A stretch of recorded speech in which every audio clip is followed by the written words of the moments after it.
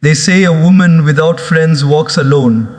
But I say, when you walk with God, you are never alone. The world may leave you, but the Creator never will.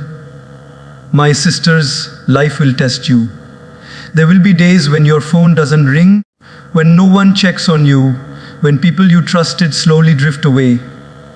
You may feel invisible. You may feel forgotten. But remember this, the emptiness people leave is often the space where God wants to step in.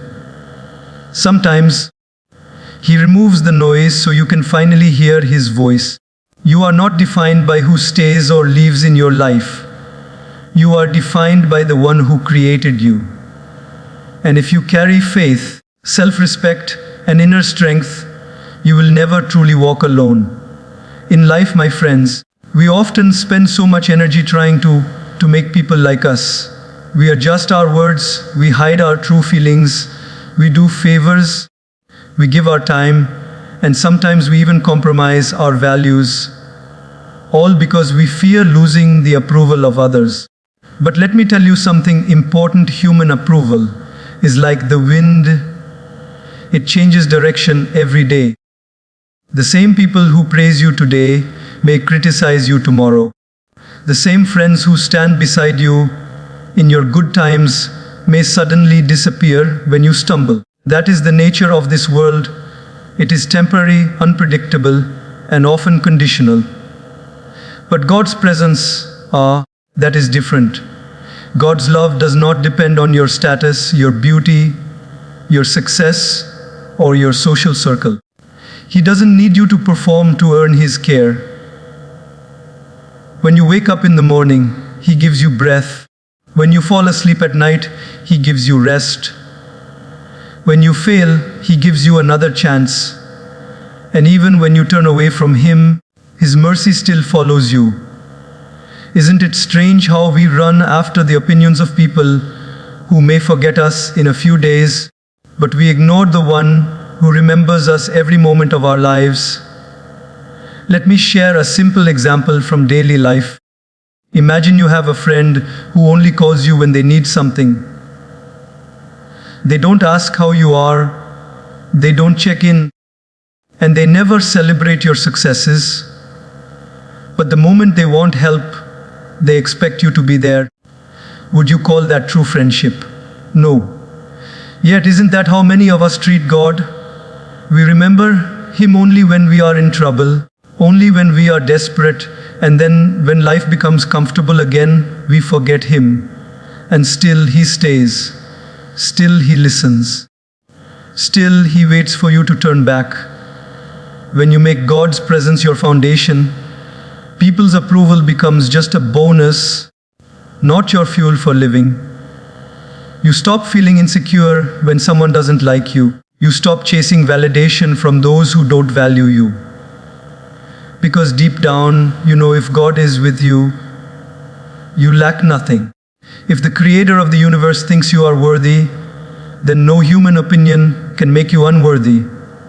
One day, a woman came to me and said, "I feel so alone. My friends have drifted away, my family doesn't understand me, and I feel like nobody cares." I told her, maybe this is not loneliness. Maybe this is God removing the noise from your life so you can hear His voice more clearly. Sometimes He clears the room not to punish you, but to protect you from people who are not meant for your journey. And when He closes one door, it's because He wants to open a better one, a door that leads to peace, not just company. We all love to be liked. It feels good when people notice us, when they include us, when they applaud our efforts. But remember, the same crowd that shouts your name can also turn their back on you. And if your happiness is built on their cheers, then it will collapse when they fall silent. Instead, build your joy on the steady, unchanging love of God, because when everyone else is silent, He still speaks. When everyone else leaves, He still stays. And when everyone else forgets you, He still remembers your name. So, the next time you feel hurt because someone didn't invite you, didn't call you, or didn't appreciate you, pause and ask yourself, am I living for their approval or for God's presence? If it's for them, you will always feel like you are not enough. But if it's for Him, you will always feel full, even when you have no audience. That's the beauty of walking with God. You carry your greatest friend with you everywhere, and no matter who comes or goes, you will never truly walk alone. My sister's approval from people is a moving target. You hit it today, it shifts tomorrow. But God's love is a constant home. And once you build your life there, no rejection, no betrayal, and no loss can shake your peace. Because your heart will finally know, I am loved, I am seen, and I am enough, not because of who likes me, but because of who made me. Many people fear loneliness as if it's a punishment, but what if I told you it can be one of the greatest gifts God gives you? You see, loneliness is often misunderstood. We think it means we are unwanted, unloved, or forgotten. But sometimes it's God's way of clearing distractions so you can hear what He has been trying to tell you all along. Think about this. In our daily lives, there is so much noise. Messages, notifications, conversations, opinions, obligations. We are constantly surrounded by people's voices, yet so many of us still feel empty inside. Why? Because the most important voice, the voice of God, gets drowned in the chaos. And so, there are moments in life when He lovingly pulls us away from the crowd, not to harm us, but to heal us. That quietness, that space, that solitude, it is not absence, it is presence, His presence. I once spoke to a young woman who said, I hate being alone. When I'm alone, my mind starts overthinking, my heart feels heavy, and I just want to distract myself with anything. Friends, social media, music, anything to avoid the silence. I told her, silence is not your enemy. Silence is the doorway to self-discovery and God-discovery.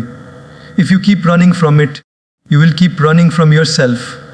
You see, loneliness is not about the absence of people. It's about the absence of connection. And sometimes, God removes the connections that drain you so that He can connect you back to yourself and to Him. Let's take an example from everyday life. Imagine you have been working in a busy office for years, surrounded by colleagues and constant chatter. Then one day, you take a vacation in the mountains. No internet, no phone signal, no crowd. At first, you feel restless. You keep reaching for your phone. You feel disconnected. You wonder what you're missing. But slowly, something happens.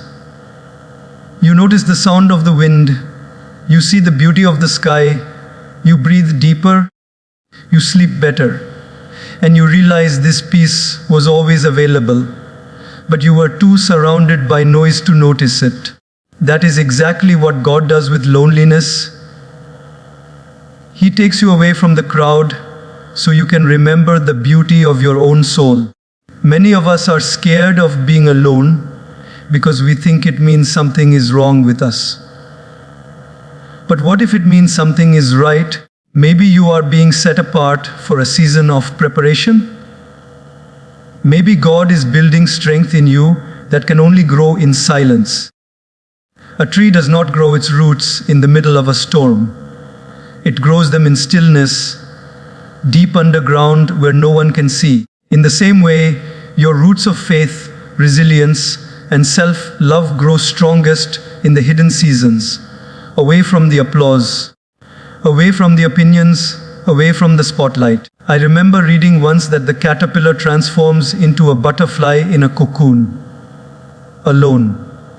No audience watches that change. No one applauds as it struggles to break free from the shell. But without that private, lonely struggle, there would be no wings. And my friends, some of your most important transformations will happen in the same way, quietly, away from everyone's eyes, just you and God in the stillness. So instead of fighting loneliness, start embracing it. Use it to listen to your own heart. Use it to understand your purpose. Use it to strengthen your connection with the one who made you. Instead of asking, "Why am I alone?" ask, "What am I supposed to learn here?" Because trust me, the lessons you learn in solitude will prepare you for the seasons of abundance that are coming. You may not see it now, but there is a reason for every empty chair around your table. There is a reason some people no longer walk beside you. Sometimes, God needs you to walk a certain path without company, so you can grow strong enough to lead others later. He doesn't remove people from your life to punish you.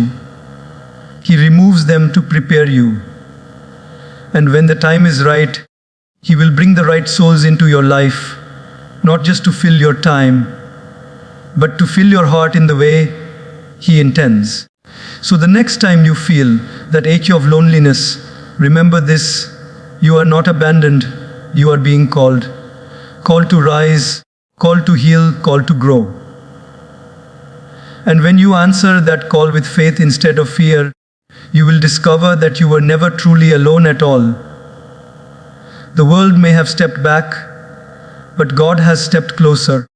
And in His presence, you will find the strength, the peace, and the courage you never knew you had. One of the greatest struggles we face in life is forgetting where our worth truly comes from. We live in a world that constantly measures us by numbers. The number of friends we have, the number of likes on our posts, the number of people who notice our work, the number of compliments we receive. And when those numbers drop, many of us begin to feel like our value has dropped too. But let me tell you something that can change your life. Your worth is not a number. Your worth is not given by people. Your worth was written into you the moment the Creator breathed life into your soul. If you let the crowd decide your value, you will live like a leaf in the wind, blown here and there by every passing opinion. One person says you are amazing, you feel high. Another says you are useless, you feel crushed.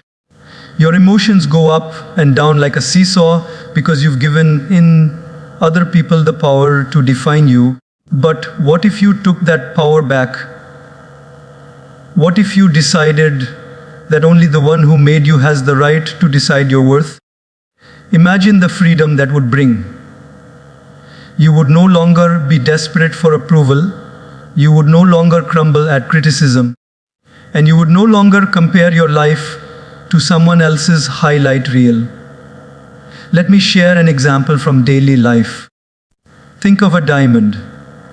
If you place a diamond in the hands of a child who doesn't understand its value, they might trade it for a piece of candy. Does that make the diamond worthless? No. The diamond's value doesn't depend on the person holding it. It has its worth because of what it is.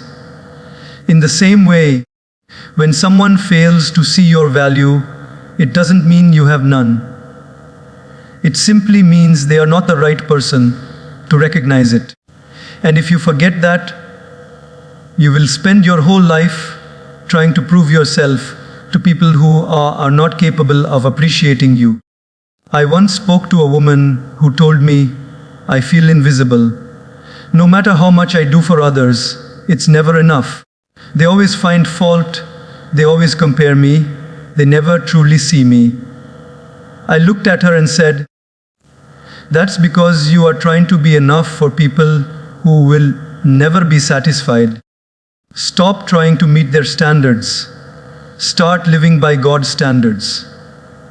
He doesn't measure you by how perfect you are to others. He sees your heart, your effort, your intentions. And in His eyes, you are already enough." We must remember, the Creator made each of us unique. No two fingerprints are alike. No two voices sound the same. No two life paths are identical. So why do we waste our time trying to be like someone else to feel worthy. A rose doesn't compete with a lotus. Both bloom beautifully in their own place. Your beauty, your purpose, your worth are not diminished because someone else shines in a different way. There will always be people who don't like you, misunderstand you, or judge you unfairly. That is part of life. But the more you focus on God's view of you, the less those opinions will matter. You will learn to smile even when you are not applauded. You will keep walking your path even when no one is cheering. You will stop doubting yourself every time someone fails to recognize your effort. Because you will know, I am enough, I am chosen, I am loved, not because the crowd says so, because my Creator says so. Here's another way to think about it. If a masterpiece painting was locked away in a room where no one could see it, would it still be valuable? Absolutely. Its worth doesn't depend on being displayed for approval. It is valuable because of the artist who created it. And you, my friends, are a masterpiece.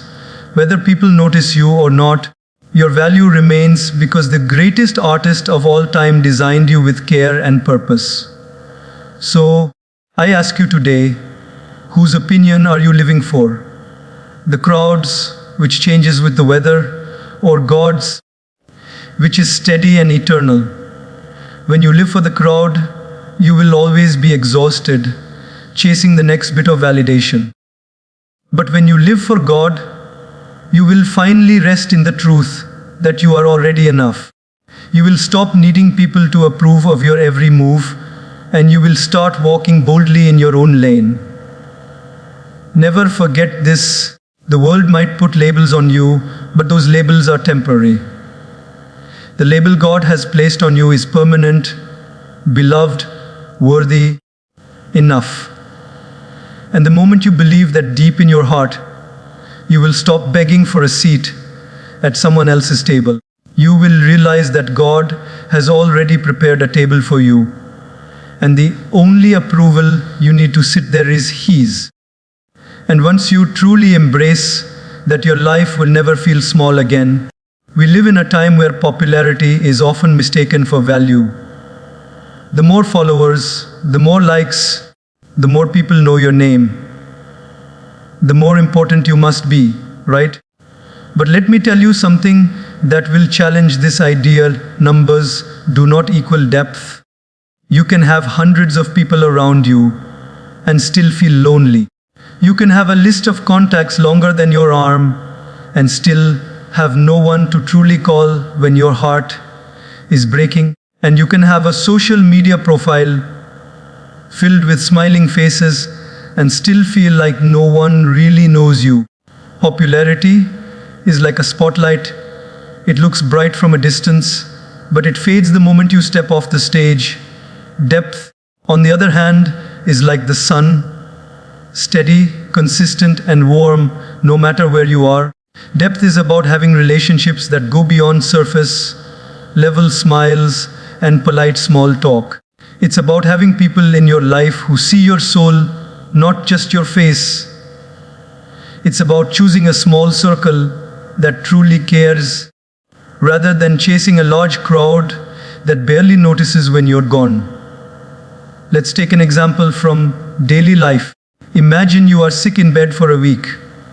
Out of your hundreds of friends online, how many will actually check on you? How many will show up at your door with soup or medicine? How many will just send a quick "get well soon" because it's polite and then forget about you?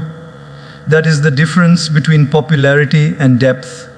Popularity will send you a message. Depth will bring you comfort. Popularity remembers your birthday. Depth remembers your pain. I remember speaking to a woman who said, "I don't understand, I have so many people around me, yet I feel so empty."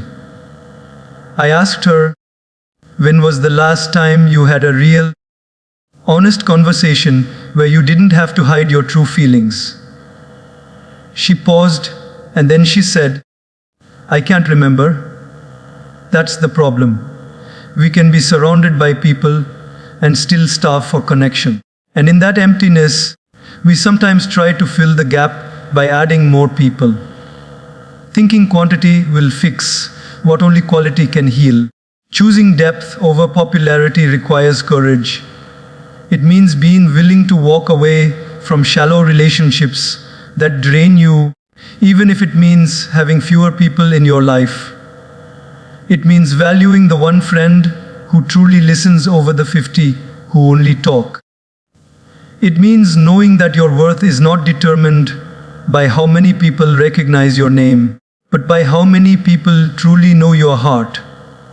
Think of it like this: a tree with shallow roots might grow quickly, but the first storm can knock it down. A tree with deep roots might take longer to grow, but it stands strong through every season. Shallow connections are like shallow roots. They look fine until life tests them. Deep connections are like deep roots. They keep you grounded no matter what comes your way. Even in faith, depth matters more than display. Some people talk about God often, but do not truly live by His values. Others may not speak much, but their quiet acts of kindness and loyalty reflect Him more than any speech ever could. In the same way, choose people whose actions align with care and sincerity, not just those who look good in your life's pictures.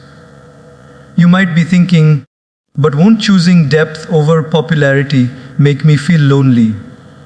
In the beginning, maybe, because when you stop chasing approval and start seeking authenticity, your circle will shrink. Some people will drift away because they were only there for the surface benefits. Your status, your energy, your presence in their crowd. But those who remain, those are the ones worth keeping. And here's the truth. You don't need 100 people to walk with you in life.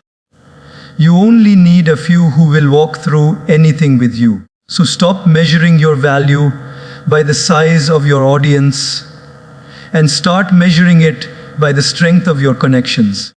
Stop worrying about being everywhere and start being deeply somewhere.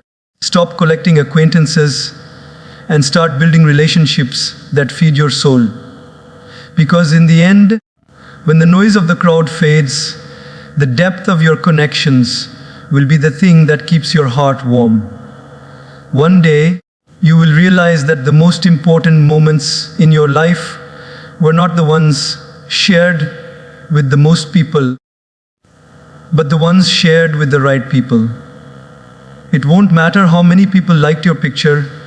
What will matter is who sat beside you when you felt like you had nothing left to give. It won't matter how many clapped for your success. What will matter is who stayed when you failed. And when you choose depth over popularity, you will know the joy of having relationships that don't just look good. They feel good, they heal, they last.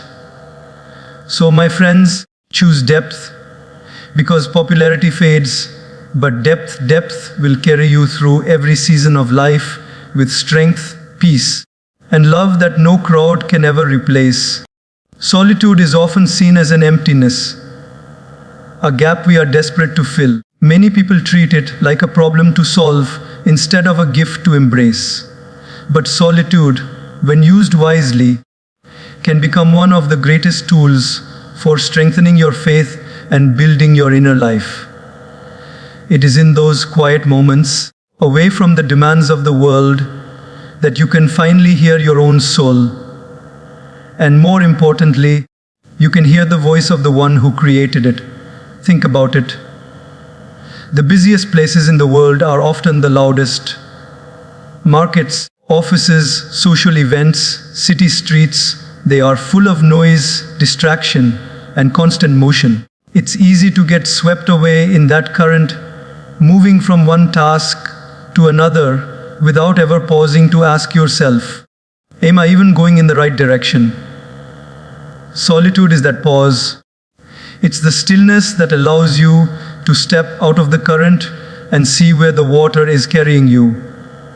Without it, you may spend years going fast, but in the wrong direction. Let me share an example from daily life. Imagine you are driving your car with the music turned up so loud that you can't hear anything else. Suddenly, a strange noise starts coming from the engine.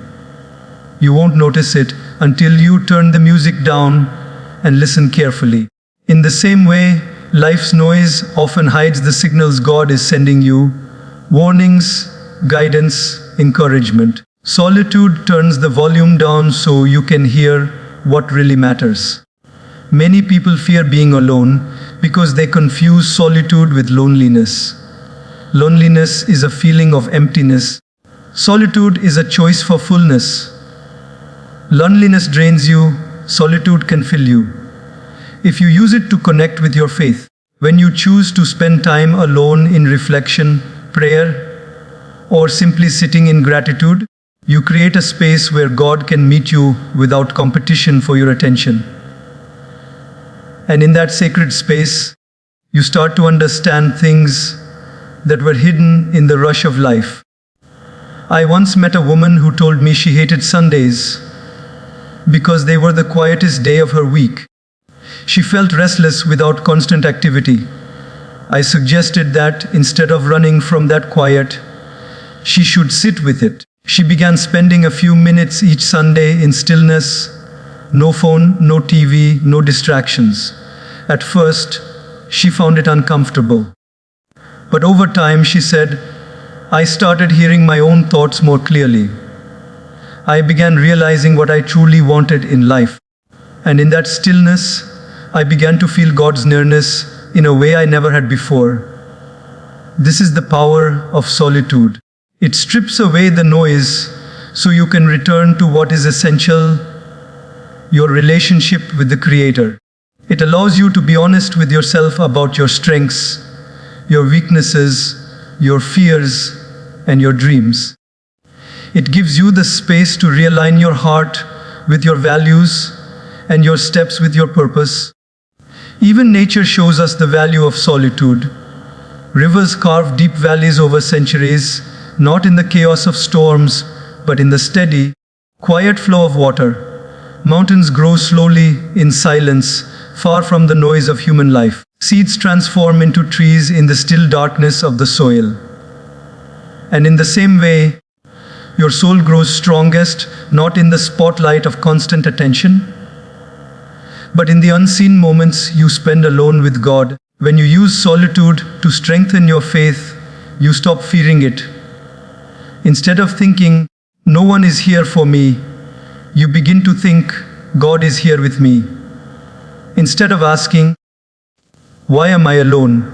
You start asking, what is He trying to show me right now? And slowly, your time alone becomes something you look forward to, not as an escape from people, but as a return to your spiritual center. So the next time life gives you solitude, don't rush to fill it with noise or distractions. Use it to pray, to reflect, to write your thoughts, to read something that nourishes your spirit. Use it to ask yourself, am I walking in the direction I truly want to go? Am I living in a way that honors my faith? And in that quiet conversation between you and God, you will find a kind of strength that no crowd could ever give you. Because here is the truth: the person who learns to be strong in solitude will never be weak in the crowd. The one who finds comfort in God's presence when no one else is around will never be truly alone.